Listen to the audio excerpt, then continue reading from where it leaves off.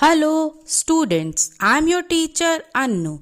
Welcome in my channel Study and Learn with Annu. Today I am going to teach you from your book Social Science, Resources and Development, Class 8th NCERT.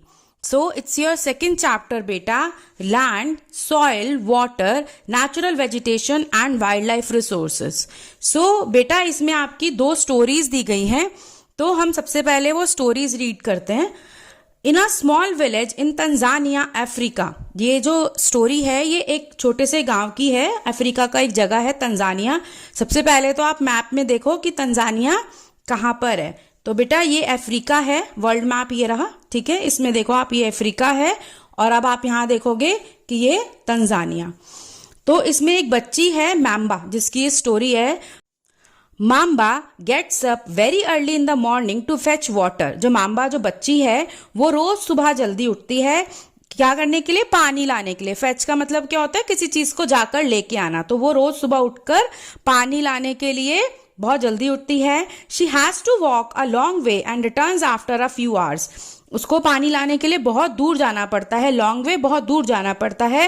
And returns, और वापस कब आती है वो? After a few hours, कुछ घंटों के बाद वो वापस आती है. She then helps her mother in the house. उसके बाद वो घर आकर अपनी मम्मी की घर के काम करने में, रसोई में जो काम करते हैं, कोई घर का सफाई वगैरह, उसमें उनकी हेल्प करती है.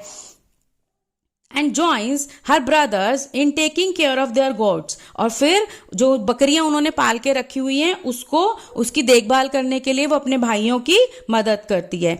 All her family owns is a piece of rocky land around their small हट.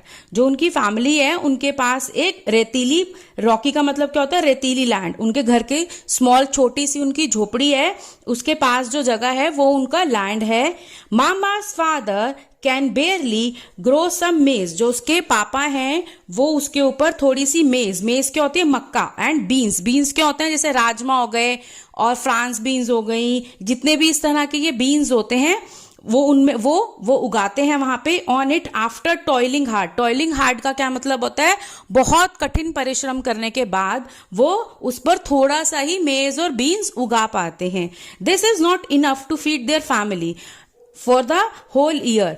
तो जो इतनी मेहनत करने के बाद भी वो उगाते हैं उसके ऊपर, वो भी इतना नहीं होता कि उससे उनकी फैमिली पूरे साल फीड कर सके. मतलब वो उतना भी नहीं पैदा कर पाते कि वो लोग खा सकें उसे पूरे साल. उसके बाद जो सेकंड स्टोरी दिखाई गई है बेटा, वो पीटर की है. तो पीटर क्या है? Peter lives in the heart of the sheep rearing region in New Zealand where his family runs a wool processing factory. Peter जो ये बच्चा है ये कहाँ रहता है? न्यूजीलैंड. न्यूजीलैंड कहाँ पर है? न्यूजीलैंड ऑस्ट्रेलिया का ही एक आइलैंड है, उसके साउथ में. तो सबसे पहले तो आप वर्ल्ड मैप में देखोगे बेटा, ये देखो ये ऑस्ट्रेलिया है और ये रहा उसका आइलैंड न्यूजीलैंड. तो जो उसकी फैमिली है पीटर की, वो कहाँ रहती है? Heart of the sheep rearing region. वहां पर वो भेड़े चराते हैं. शीप क्या होती है? भेड़. भेड़ रियरिंग का मतलब होता है जब आप उनको वहां रखकर, आपको पता है शीप के क्या होते हैं? बाल होते हैं ना ऊपर, जो ऊन होती है उसको हटाते हैं और फिर उसको जब प्रोसेस करते हैं उसको ठीक करा जाता है मशीनों के थ्रू, और उससे क्या बनती है? ऊन बनती है, जिससे हमारे स्वेटर्स बनते हैं. Where his family runs a wool processing factory. उनकी जो वूल प्रोसेसिंग की फैक्ट्री है. Every day when he returns from school. जब भी अब रोज वो स्कूल पढ़ने जाता है और जब वो वापस आता है अपने स्कूल से, तो Peter watches his uncle taking care of their sheep. Peter क्या देखता है कि जो उसके अंकल हैं वो शीप की क्या कर रहे हैं? देखभाल कर रहे हैं. Their sheep yard is situated. जो उनका शीप यार्ड है वो कहां पर बना हुआ है? इन अ वाइड ग्रासी प्लेन. बहुत बड़ा ग्रासी मतलब घास वाला प्लेन एरिया है वो, with hills in the far distance. वहां पर हिल्स तो हैं लेकिन बहुत दूरी पे हैं, वो दूरी पर वहां हिल्स हैं. और जो उनका एरिया है वो बिल्कुल प्लेन एरिया है और ग्रीन वाला, बहुत सुंदर एरिया है. It is managed in a scientific way using the latest technology. और वो उसको कैसे मैनेज करते हैं? साइंटिफिक वे में. और वहां पर जो उनकी फैक्ट्री में वो लेटेस्ट टेक्नोलॉजी, मशीन वगैरह का यूज करते हैं. Peter's family also grows vegetables through organic farming. जो पीटर की फैमिली है वो वहां पर क्या करती है? ऑर्गेनिक फार्मिंग भी करती है. मैन्योर भी वहां पर यूज करके वो वहां पर वेजिटेबल्स पैदा करते हैं. अब आपने यहाँ 2 स्टोरीज जो पढ़ी हैं, mamba and Peter stay in 2 different parts of the world and lead very different life. तो आपने देखा कि जो माम्बा और पीटर है वो दोनों बिल्कुल अलग जगह पे। जो माम्बा के घर है वो कैसा है, वो रॉकी रेतीली सी लैंड है, बड़ी मुश्किल से इतना टॉयलिंग हार्ड करने के बाद उसके पापा उस पर मेज और बीन्स उगा पा रहे हैं, और कोई उनके पास टेक्नोलॉजी नहीं है। और जो पीटर की फैमिली है वो क्या है, उसके पास बहुत सारी टेक्नोलॉजी है, साइंटिफिक वे में वो काम कर रहे हैं, जो उनकी फैक्ट्री है, और उनका जो वहां पर है बहुत अच्छा बड़ा सा ग्रासी, बिल्कुल उनका सुंदर सा जो लैंड है जिसपे वो काम कर रहे हैं, बिल्कुल प्लेन जगह है। तो उनके और उसमें बहुत फर्क है पीटर और माम्बा की फैमिलीज में, और उनका जिस तरह से वो लाइफ स्टाइल है। This difference is because of the difference in the quality of land. क्योंकि ये सारा डिफरेंस क्यों आ गया, क्योंकि लैंड का बहुत फर्क है, ठीक है। सॉयल डिफरेंट है, उनकी सॉयल कैसी है, रेतीली जमीन है, तो वो बहुत मुश्किल से वहां पे पैदा हो रहा है। इनकी फर्टाइल सॉयल है, ग्रीनरी है सारी पीटर की फैमिली की। वाटर अवेलेबिलिटी, माम्बा को वाटर भरने के लिए इतनी दूर जाना पड़ रहा है, और उनके वहां पर इरिगेशन वगैरह सब आसान होगा। और नेचुरल वेजिटेशन, एनिमल्स उनके अलग हैं, गोट्स हैं, इनके यहाँ पे शीप हैं, and the uses of technology, और जो टेक्नोलॉजी का यूज हो रहा है। The availability of such resources, क्योंकि कौन कौन से रिसोर्सेज उनके पास है, माम्बा की फैमिली के पास इतने रिसोर्सेज नहीं है जितने पीटर की फैमिली के पास हैं। तो रिसोर्सेज कितने हैं, मेन रीजन इसी पे डिपेंड करता है कि places differ from each other, कि वो जगह अपने एक दूसरे से अलग हो जाती है। तो next your topic is land. Land is among the most important natural resources. जो लैंड है वो क्या है, बहुत ही इंपॉर्टेंट नेचुरल रिसोर्सेज है हमारा। It covers only about 30% of the total area of the earth surface, and all parts of this small percentage are not habitable. जो land है हमारा, सबसे आपको पता है इंपॉर्टेंट रिसोर्स है, और वो कितना है, 30% है। आपको पता है कि जो हमारा पूरी की पूरी वर्ल्ड है उसमें 70%, इवन 71% क्या है, पानी है, वाटर है पूरा का पूरा। और जो उसके अलावा जो 29%, 30% हमारे पास लैंड एरिया बच जाता है, जिसमें से भी बहुत सारा एरिया ऐसा होता है जो हैबिटेबल है ही नहीं, जहां पर लोग रहते ही नहीं है। So the uneven distribution of population in different parts of the world is mainly due to varied characteristics of land and climate. जो uneven distribution of population, क्योंकि कहीं पर बहुत सर्दी है, कहीं पे इतनी गर्मी है, कहीं पर इस तरह की लैंड है कि आप वहां रह ही नहीं सकते, फॉरेस्ट है बहुत ज्यादा डेंस। तो इस तरह से है हमारे यहाँ पर। तो पूरे के पूरे वर्ल्ड में क्या है कि जो पॉपुलेशन है वो बहुत अनइवनली पॉपुलेटेड है, कहीं बहुत ज्यादा लोग हैं और कहीं पर बहुत कम लोग हैं। और उसकी क्या क्या देखो रीजन है, द रग्ड टोपोग्राफी। रग्ड का मतलब क्या होता है, ऊबड़ खाबड़ कोई अगर लैंड होगी, जगह होगी तो। Steep slopes of the mountains, steep क्या होती है, ढलान, क्योंकि माउंटेन्स की ढलान बहुत स्टीप होती है। लो लाइंग एरियाज, जो ससेप्टेबल टू वाटर लॉगिंग, जो लो लाइंग एरियाज होते हैं, जो ऐसी जगहें होती हैं जहां पानी बड़ा इजीली भर जाता है, वहां पर ससेप्टेबल का मतलब होता है मतलब बहुत इजीली वहां पर पानी भर जाना, लॉगिंग हो जाती है वहां पे। और डेजर्ट एरियाज, रेगिस्तान। थिक फॉरेस्टेड, बहुत अगर जो थिक फॉरेस्ट होंगे, जंगल होंगे। Areas are normally sparsely populated, sparsely का मतलब होता है बहुत कम, ना के बराबर। और अनइनहेबिटेड, वहां पर लोग हैं ही नहीं, रहते ही नहीं है। Plains and river valleys offer suitable land for agriculture. जो प्लेन्स होता है, प्लेन्स और जो रिवर के आसपास की जगह होती है, रिवर वैलीज होती हैं, offer suitable land for agriculture. वो एग्रीकल्चर के लिए, रहने के लिए वो लैंड बहुत अच्छा होता है। अगर आपको याद होगा बेटा, जो हमारी सबसे पहली जो सिविलाइजेशन थी, that was Indus valley civilization, और वो इंडस नदी के पास थी। उसके बाद कहां पर हुई, हमारी गंगा नदी के पास, गैंजीज। तो क्या होता है, जो प्लेन एरिया होता है और जिसके पास पानी जो है, अवेलेबिलिटी पानी की बहुत होती है, वहां हमेशा जो पॉपुलेशन है वो बहुत ज्यादा होती है। Hence, these are the densely populated areas of the world. तो पूरी वर्ल्ड में तो जो भी पानी के एरिया, जहां पर आसपास पानी की अवेलेबिलिटी बहुत ज्यादा होगी, उस एरिया में जो है वो क्या होगा, पॉपुलेशन हमेशा वर्ल्ड में हर जगह पर आपको बहुत ज्यादा मिलेगी ही मिलेगी। So here you can see, do you know. So बेटा इसमें देखिए क्या बता रखा है कि 90% of the world population occupies only 30% of the land area. The remaining 70% of the land is either sparsely populated or uninhabited. इसका क्या मतलब हुआ बेटा, सबसे पहले तो आप ये समझो कि आपका सबसे पहले तो आप बेटा ये देखो कि क्या है, ये वर्ल्ड का ग्लोब है। अब आप इसमें देखो कि इसमें क्या है, 70% आपको क्या दिखाई दे रहा है, वाटर, वाटर सारा ब्लू ब्लू दिखाई दे रहा है जो वाटर है, और वो 71% हमारा वाटर होता है, और उसके अलावा 29% वो क्या होती है, लैंड होती है। वो जो 29% है मतलब दैट प्लेस इज, उसका भी कितना, सिर्फ बहुत थोड़ा सा पार्ट है जिस पर दुनिया रहती है।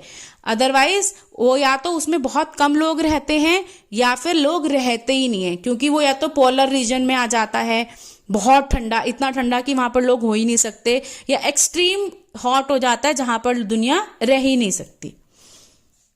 तो आप ये देखेंगे कि उस जो 90% ऑफ दैट एरिया, जो वो मैं जैसे आपको बता रही हूँ कि 30% वो जो एरिया, 29% जो हमारा लैंड एरिया है, उसका आप सोचो 90% जो उसका है एरिया है, उसमें तो लोग रहते ही नहीं हैं, जो और कितने बहुत कम जगह ही जो एक्चुअल में यूजेबल है, जिसके ऊपर जो दुनिया में लोग रहते हैं।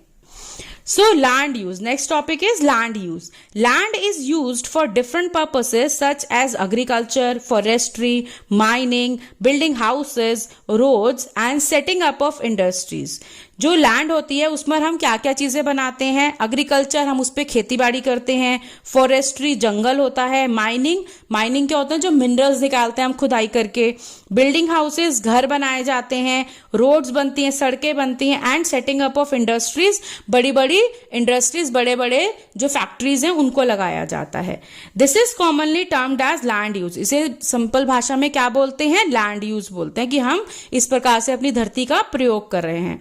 Can you list out the different ways in which Mambas and Peter's family use their land? जैसे मैंने आपको बताया कि एक की लैंड रॉकी थी, दूसरे की ग्रीस जो बहुत ग्रीनरी थी, पीटर की जो लैंड थी वो बहुत ग्रासी लैंड थी, वहां ग्रीनरी थी, प्लेन लैंड था, पानी आराम से मिल रहा था उनको, और माम्बा की उसमें बहुत टफ लाइफ थी, उसको पानी लेने के लिए बहुत दूर जाना पड़ रहा था, और उनकी लैंड कैसी थी, रेतीली लैंड थी, पूरी रॉकी लैंड थी उनकी। The use of land is determined by physical factors such as topography. आपका जो लैंड है वो कैसा है, ये किस बात पे डिटरमिन करता है, वहां के फिजिकल फैक्टर्स क्या है, जैसे उसकी टोपोग्राफी कैसी है, जैसे अभी बताया आपको कि उबड़ खाबड़ है, कैसी है, पानी बहुत जल्द भर जाता है, तो ये बहुत फर्क पड़ता है आपकी उसमें टोपोग्राफी कैसी है, सॉइल कैसी है, वहां पर मिट्टी किस तरह की है, काली मिट्टी है, लाल मिट्टी है, ब्लैक सॉइल, रेड सॉइल, आपने इसके बारे में भी पढ़ा हुआ है। एंड क्लाइमेट कैसा है, वहां पे बहुत ठंडा है, बहुत गर्म है, बारिश बहुत होती है, कैसा है वहां का, मिनरल्स वहां पर है या नहीं है, एंड अवेलेबिलिटी ऑफ वाटर, और पानी इरिगेशन करके आता है, मतलब कैनाल्स वगैरह के रूट से लेके आ रहे हैं उसको, पानी पास में ही रिवर्स है तो उससे इरिगेट कर रहे हैं, कैसे कर रहे हो आप, पानी को कैसे लेके आ रहे हो, तो ये बहुत फर्क पड़ता है कि वहां की वो जगह कैसी है। Human factors such as population and technology are also important determinants of land use pattern. आप लैंड तो कैसे यूज कर रहे हो उसके ऊपर ये भी बहुत डिपेंड करता है कि उस जगह की जो टेक्नोलॉजी और वहां के जो लोग हैं वो कितने एडवांस हैं, उसमें भी इस बात का बहुत फर्क पड़ जाता है। अब आप ये देखोगे यहाँ पर आपको एक चार्ट दिया हुआ है, यहाँ पर एक पूरा डेटा दिया हुआ है, land use in selected countries. तो इसमें क्या है बेटा, देखो कि बता रखा है कि जो क्रॉप लैंड है, पास्चर है, फॉरेस्ट और अदर यूज में कौन कौन सी कंट्रीज हैं जो लैंड को यूज कर रही हैं। जैसे आप देखेंगे क्रॉप लैंड किसकी ज्यादा है, इंडिया की, और पास्चर किसका है, ऑस्ट्रेलिया का, फॉरेस्ट कहाँ पर है सबसे ज्यादा, जापान में, और अदर यूज में किसके हैं, कनाडा के हैं। तो ये डिपेंड करता है कि आपका जो एरिया है वो कैसा है और उसमें आप क्या क्या सबसे ज्यादा कर रहे हैं। आपको पता ही है कि इंडिया क्या है, इंडिया तो वर्ल्ड में नंबर 1 है अपनी पॉपुलेशन के लिए, तो हमारा क्रॉपलैंड इसीलिए ज्यादा है क्योंकि इतने सारे लोगों को खाना खिलाने के लिए हमें एग्रीकल्चर लैंड की बहुत जरूरत है। अब देखिए नेक्स्ट इसमें क्या लिखा हुआ है, land can also be classified on the basis of ownership. Ownership का मतलब क्या होता है, किसका है वो, उसका जो मालिक है वो कौन है। जैसे private land and community land. तो प्राइवेट लैंड और कम्युनिटी लैंड मतलब दो तरह से डिवाइड करते हैं। Private land is owned by individuals whereas community land is owned by the community for common uses like collection of fodder, fruits, nuts और medicinal herbs. तो जो लैंड हो है वो दो तरह से होती है। प्राइवेट का मतलब होता है किसी एक की या किसी फैमिली की, जैसे किसी के 4-5 भाई हैं तो उनकी वो लैंड है, ठीक है। और कम्युनिटी लैंड का मतलब होता है जो बिलोंग करती है एक कम्युनिटी से। जैसे प्राइवेट लैंड बताया, जैसे मैंने किसी एक की। कम्युनिटी लैंड कैसी होती है, वो किसी एक की नहीं होती, वो कम्युनिटी की होती है, कॉमन यूज के लिए होती है। तो उसमें क्या कर सकते हैं, उसमें फॉडर चारा उसमें उगा लिया, फ्रूट्स नट्स और मेडिसिनियल हर्ब्स उसमें उगा ली, जिसे सब यूज कर सकते हैं। So these community lands are also, उनको कॉमन प्रॉपर्टी रिसोर्सेज भी कहा जाता है। People and their demands are ever growing, जो लोग हैं और उनकी जो डिमांड्स हैं वो तो दिन ब दिन बढ़ती ही जा रही हैं। But the availability of land is limited, लेकिन जो लैंड है वो तो उतनी है ना, लैंड थोड़ी बढ़ जाएगी। The quality of land also differs from place to place, और कहाँ की कैसी मिट्टी है, कैसी जगह है, ये भी डिपेंड करता है प्लेस टू प्लेस। एक जगह बहुत अच्छी फर्टाइल लैंड हो सकती है, दूसरी जगह की लैंड बिल्कुल बैरन हो सकती है। तो people started encroaching the common lands to build up commercial areas, तो लोगों ने क्या कर दिया, एनक्रोच करना शुरू कर दिया। एनक्रोच का मतलब क्या होता है, एक्सेसिव, मतलब एक्सेसिव यूज करना, जितना आप उसको यूज कर सकते हो उसके ज्यादा आप उसको यूज करना शुरू कर दो। और क्या उसमें क्या करने लग गए लोग, उन्होंने वहां पर जो कॉमन लैंड उनको क्या करने शुरू कर दिया, हाउसिंग कॉम्प्लेक्सेस बनाने शुरू कर दिए। हाउसिंग कॉम्प्लेक्सेस क्या होते हैं, जो बहुत बड़े बड़े फ्लैट्स होते हैं सब बनाते हैं, जैसे इन द अर्बन एरियाज मतलब शहरों में। And to expand the agricultural land in the rural areas, तो पेड़ों को काट के क्या बना दिए वहां पर, एग्रीकल्चरल लैंड बना दिए, कहां पर, गाँव में। Today the vast changes in the land use pattern also reflect the cultural changes in our society, जो जिस तरह से आज हमारा ये लैंड यूज का पैटर्न चेंज हो रहा है, इससे हमारा कल्चरल चीजें भी है वो हमारी सोसाइटी में बहुत सारी चेंज हो रही हैं। जैसे क्या हो रहा है, लैंड डिग्रेडेशन का मतलब क्या हुआ, जो लैंड की क्वालिटी है वो खराब होना। लैंडस्लाइड्स हो रही हैं हम, क्योंकि क्या हो रहा है, जो इंसान क्या कर रहा है, माउंटेन्स काट काट के सड़कें बना रहे हो। जब सड़कें बनाओगे तो आप माउंटेन्स को छेड़ोगे तो क्या होगा, वहां पर लैंडस्लाइड्स होंगे, वो फिर नीचे आएगा जो उसका मलबा है, क्योंकि मिट्टी क्या हो जाती है, ढीली हो जाती है जब वहां पर इतनी ड्रिलिंग वगैरह होती है तो।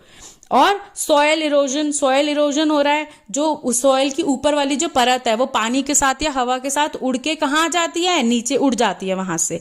डिसर्टिफिकेशन मतलब क्या हो रहा है, जो क्वालिटी है वो खराब हो रही है। Are the major threats to the environment because of the expansion of agriculture and construction activities, क्योंकि ये बहुत मेजर थ्रेट्स हैं, बहुत डरने वाली बात है हमारे एनवायरनमेंट में। और आप चेंजेस तो आज देख ही रहे हो उसके, कहीं पे इतनी बारिश हो रही है कि वहां पर बाढ़ आ रही है और कहीं पर बिल्कुल सूखा पड़ा हुआ है। ये सब चेंजेस इसीलिए हो रहे हैं क्योंकि हम अपने एनवायरनमेंट के साथ इतनी छेड़छाड़ कर रहे हैं, पेड़ों को काटे जा रहे हैं और उसे लगा ही नहीं रहे हैं।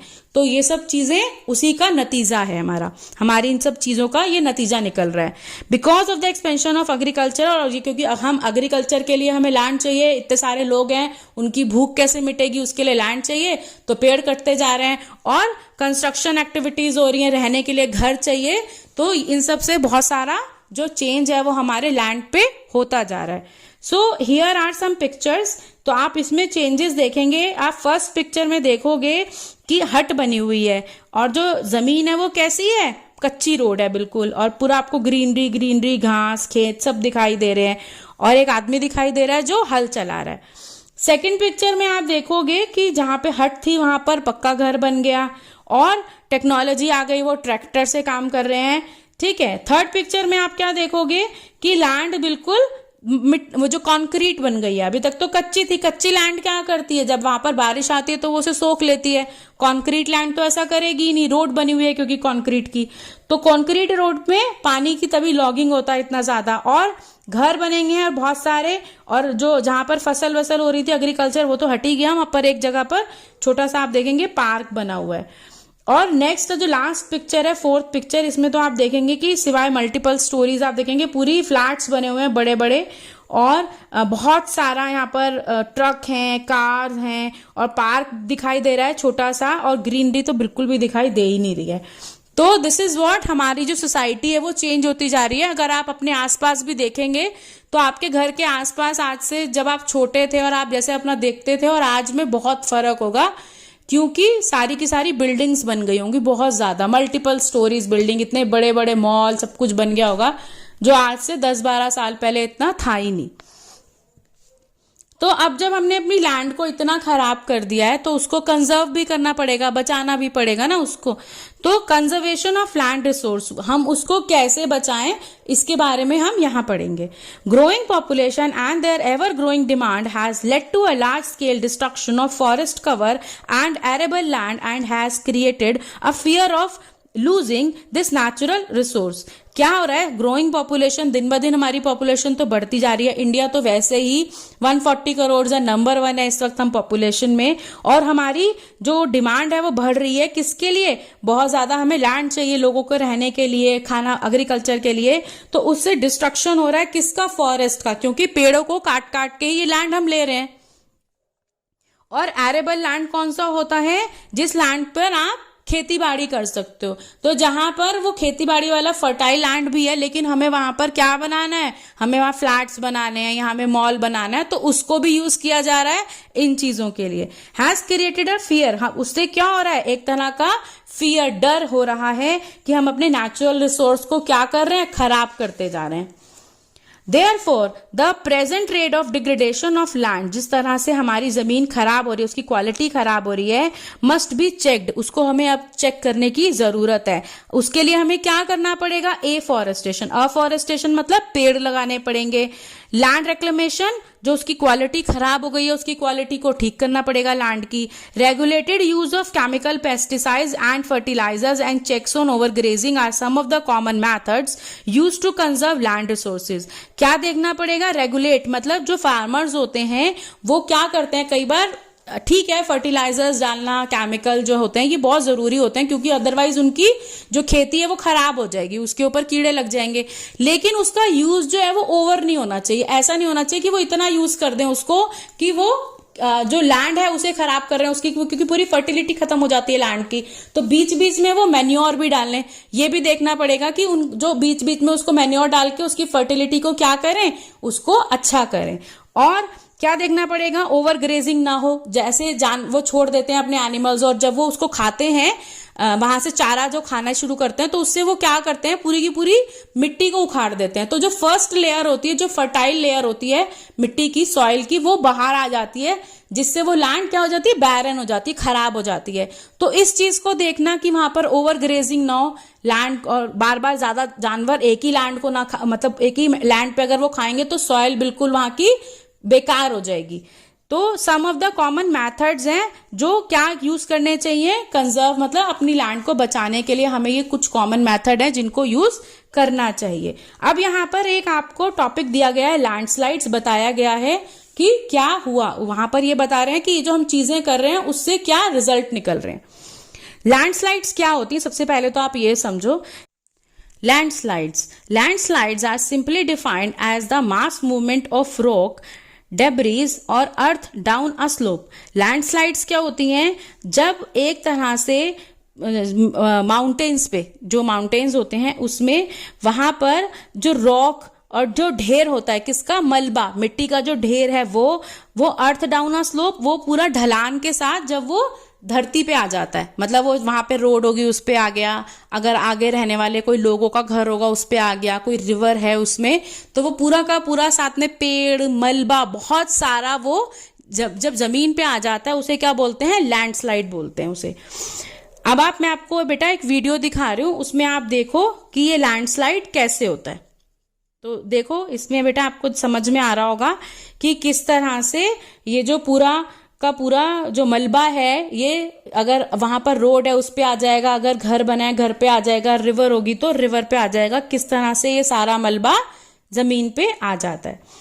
सो they often take place in conjunction with earthquakes, floods and volcanoes. ये ऐसे ही नहीं आते, इनके साथ क्या होता है, कोई ना कोई कारण होता है। जब इस तरह से ये मलबा आता है, उसके अर्थक्वेक, या तो वहां पर अर्थक्वेक आएगा, ठीक है, या फ्लड्स आएंगे, पानी आएगा बहुत ज्यादा। अर्थक्वेक का मतलब क्या होता है? भूकंप। और फ्लड्स या तो बहुत ज्यादा पानी आना, बाढ़ आना, या वोल्केनोज, या कोई ज्वालामुखी फटे वहां पर।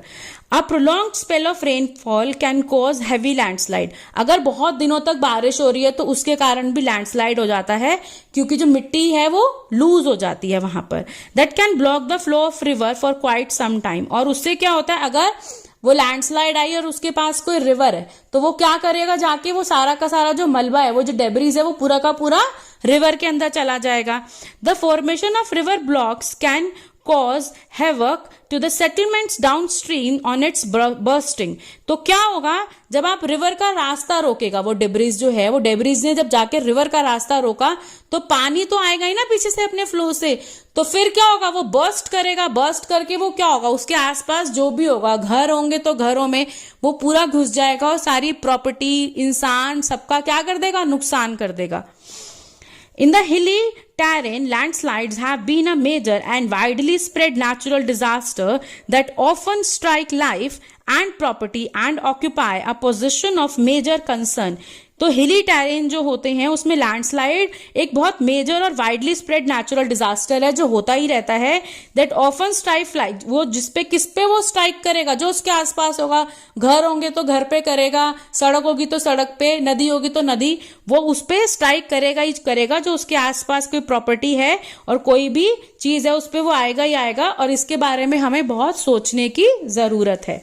अब उन्होंने एक केस स्टडी दी गई है कि कैसे हिमाचल की जगह पर किस तरह से लैंडस्लाइड हुई। A massive landslide hit Pangi village near Rekongpio in Kinnaur district of Himachal Pradesh and damaged a 200-meter stretch of old Hindustan Tibet road national highway 22। तो ये एक लैंडस्लाइड जब हुई थी पंगी विलेज में, एक रेकोंगपियो जो किन्नौर के पास डिस्ट्रिक्ट ऑफ हिमाचल प्रदेश है, वहां 200 मीटर का जो स्ट्रेच है old Hindustan Tibet road national highway 22 को इसने बिल्कुल बर्बाद कर दिया था। अब आप बेटा, मैं आपको ये दिखा रही हूँ मैप ऑफ इंडिया, और आप इसमें देखिए यहाँ पर ये हिमाचल प्रदेश है जहां पर ये हुआ था। तो this landslide was triggered by intense blasting at Pangi village. ये ऐसे ही नहीं आया, जैसे मैंने आपको बताया, या तो अर्थक्वेक हैं, वॉल्केनोज हैं, ठीक है, फ्लड आ रहा है, पानी बहता ही जा रहा है, पानी बारिश बहुत दिनों से हो ही रही है, ये तो रीजन है ही, नेचुरल तो है ही इसके रीजन, लेकिन मैन मेड रीजंस भी बहुत सारे हैं इसके। तो क्या है, हम आजकल हमारे यहाँ पे तो माउंटेन्स में सड़कें बनती जा रही हैं, तो वहां पर भी रोड वाइडनिंग का काम चल रहा था हिमाचल प्रदेश में। उससे क्या होता है, वहां पर ड्रिलिंग वगैरह का काम बहुत ज्यादा चलता है, तो उससे वो ट्रिगर हो गया और उसने क्या किया, वहां पर उससे वहां पर लैंडस्लाइड हो गई। Due to the blasting this weak zone of slope collapsed. इस वीक, क्योंकि वो बहुत कमजोर हो गया, वो ड्रिलिंग होने से बार बार वो जोन बहुत कमजोर हो गया, तो वहां पर कोलैप्स्ड कर गया and intense damage to the road and nearby village. वो सारा का सारा डिब्रीज कहां पे आ गया, पूरा का पूरा विलेज में और रोड के ऊपर। So the Pangi village was completely vacated to avoid any possible loss of life। किसी भी इंसान की जान ना जाए, इसके लिए उसको पूरा खाली करा दिया गया पंगी विलेज को। अगर आप बच्चों अगर आप वो देखते हो, न्यूज देखते हो, तो अभी लेटेस्ट जो न्यूज है वो उत्तरकाशी की भी इसी तरह की आई थी कि वहां पर भी, क्योंकि वहां पर भी ऐसी कंस्ट्रक्शन काम चल रहा था, तो पूरे का पूरे विलेज को खाली कराया गया। और अब जो हमारी गवर्नमेंट है, क्योंकि उनके पूरे घरों में दरारें आ गई थी, तो अब क्या हो रहा है, उनको वापस फिर उनको कहीं शिफ्ट किया गया, सेफ हाउसेज में लोग वहां रहे, और अब उनके लिए प्रॉपर रहने की जगह बनाई जा रही है, पूरे के पूरे लोगों को वहां से शिफ्ट किया जा रहा है। मिटिगेशन मैकेनिज्म, अब हम ये भी देखेंगे ना, ये खराब हो रहा है तो उसको ठीक करने का तरीका क्या है, तो उसके यहाँ पर बताए गए हैं। Advancement in scientific techniques has empowered us to understand what factors cause landslides and how to manage them.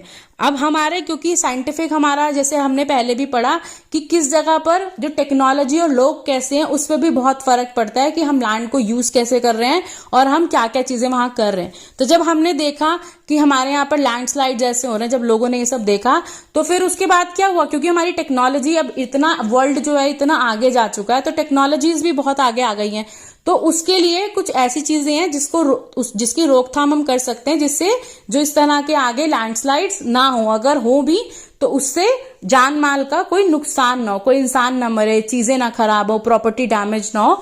तो उसके लिए क्या क्या चीजें हैं, सम ब्रॉड मिटिगेशन, जो इसका रोक सकते हैं उसको कि कोई नुकसान ना हो। Techniques of landslides are as follows. First क्या है, hazard mapping to locate area prone to landslides, उन जगहों की मैपिंग करना, देखना जो प्रोन का मतलब होता है रिस्क वाले, जो लैंडस्लाइड्स वाले जो एरिया है उनको मैपिंग कर लेनी, मार्क कर लेना कि भैया ये वाले जो एरियाज हैं यहाँ पर लैंडस्लाइड हो सकती है। Hence such areas can be avoided for building settlements, तो वहां पर किसी भी तरह की सेटलमेंट्स ना की जाए, वहां पर घर ना बने, वहां पर शॉप्स ना बनाई जाए ताकि उनको कोई नुकसान ना हो।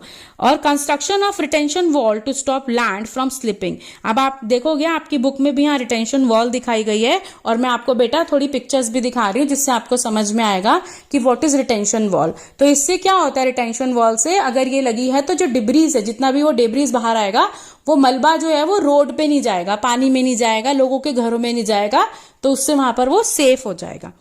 Increase in the vegetation cover to arrest landslide, जितना भी वहां पर पेड़ होंगे ना, क्योंकि पेड़ क्या होते हैं जो अपने वो होल्ड करके रखते हैं, उसके अंदर एक काम होता है पेड़ों का कि वो मिट्टी ना होल्ड कर लेते हैं और पानी होल्ड कर लेते हैं, तो इस तरह से जो लैंडस्लाइड्स हैं, इस तरह की चीजें हैं, उसके चांसेस होने के अपने आप बहुत ही कम हो जाते हैं।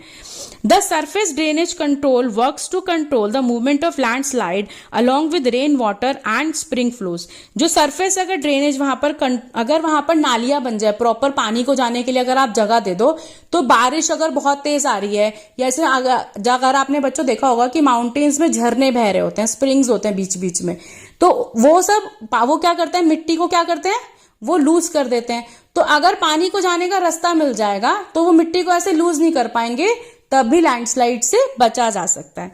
So that's all for this part 1। अभी हमने सिर्फ लैंड को खत्म किया है। ये चैप्टर बहुत लंबा है बेटा, तो आपको इसके मैं 4 बनाऊंगी पार्ट्स, ये फर्स्ट पार्ट है अभी, तो आप उसके सारे पार्ट्स को देखिएगा, वो यू विल लिंक्ड इट, आपको पार्ट 1, पार्ट 2, पार्ट 3, पार्ट 4 में आराम से मिल जाएगा। आई होप ये वाला जो टॉपिक है वो आपको क्लियर हो गया होगा, और जल्दी मैं अपना और वीडियोस भी अपलोड कर दूंगी कि आपको वो मिल जाए। थैंक यू सो मच, और अगर आपको ये अच्छा लगे तो please share it with your friends. Thank you.